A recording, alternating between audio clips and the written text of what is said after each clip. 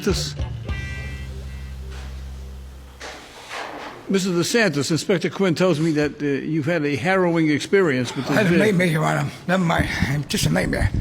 I lived at Parenti Villa, and through a friend in the building, I took a homeless girl in for a couple of days. All right, Parenti Villa is a high-rise On Broadway. high-rise housing development, right? Yes, low income. I'm a disability. So I took the girl in, and I wanted her to leave. When I wanted her to leave, I wanted to get my phone off, but she stabbed me. Who stabbed you? Your girlfriend? The girl, well, it wasn't my girlfriend. It was somebody that had stayed with me for a couple of days because... She stayed with you for a couple of days. But Yeah, and then when I wanted to leave, but she she's stabbed me. So the police came.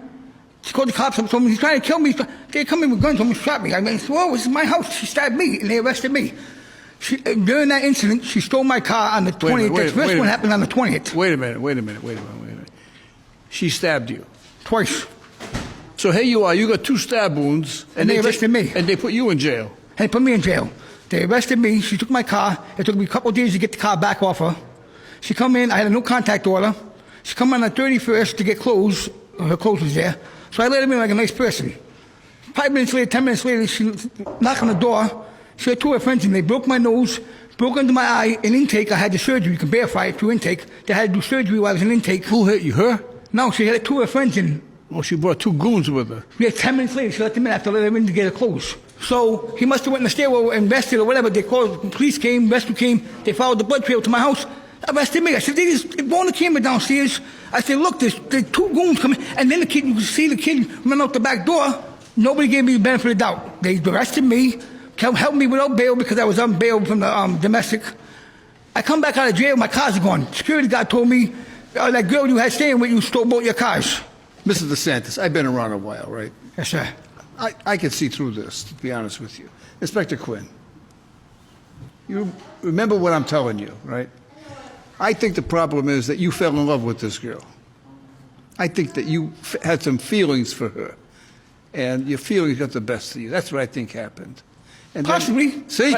Possibly. But I told her I wanted her out of the house. She stabbed me. Again. I told her I wanted her out of the house. She stabbed me. I was only here a couple of days. I rest my case. As a first-year law student said, I rest my case. But still the situation is she stabbed me and they arrested me. Mr. DeSantis, I have another question for you, and I want the truth. I always speak the truth. All right.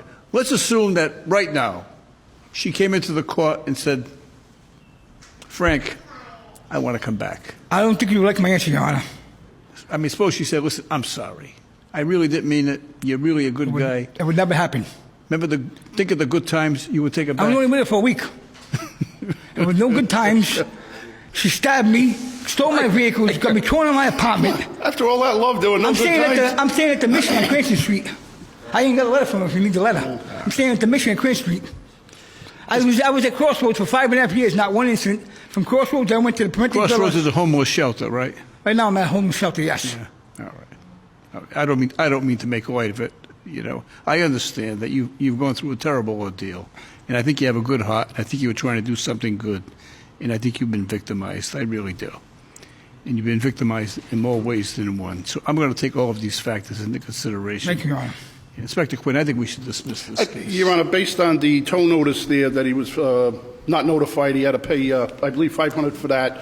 I believe 3 of them were 31s anyway, Judge, so the city concurs with your recommendation. Mr. DeSantis, our best wishes go with you. Right? Thank you, Your Honor. You have a good heart. You tried to help somebody out, and you were victimized. Good luck to you. Frankie's story is a story as old as time itself. Man meets girl, girl stabs man. Man gets arrested, girl steals man's car. Man gets evicted, girl gets goons to beat man up. Yet despite all the physical and emotional punishment, both Judge Caprio and I suspect Frankie may still be harboring some feelings for his hot-headed house guest. If you think we're reading all this wrong, I'd like to direct your attention to Frankie's eyewear. Do you think those rhinestones are a fashion choice? Or are his glasses those of a homeless stabber left behind to remind Frankie of what could have been? Whatever the case, we feel for you, Frankie. Love hurts. Sometimes a lot. Be careful out there, buddy. Show of hands. Who cried during that case? Yeah, me too. Just a little, mainly man tears, which is totally cool these days. Another show of hands. How many of you know Court in Providence is a television show that you can watch every single weekday? That's not enough for you. To find out what channel we're on, go to courtinprovidence.com, click on your local listings, scroll down till you find your hometown, then start weeping again. This time, tears of joy.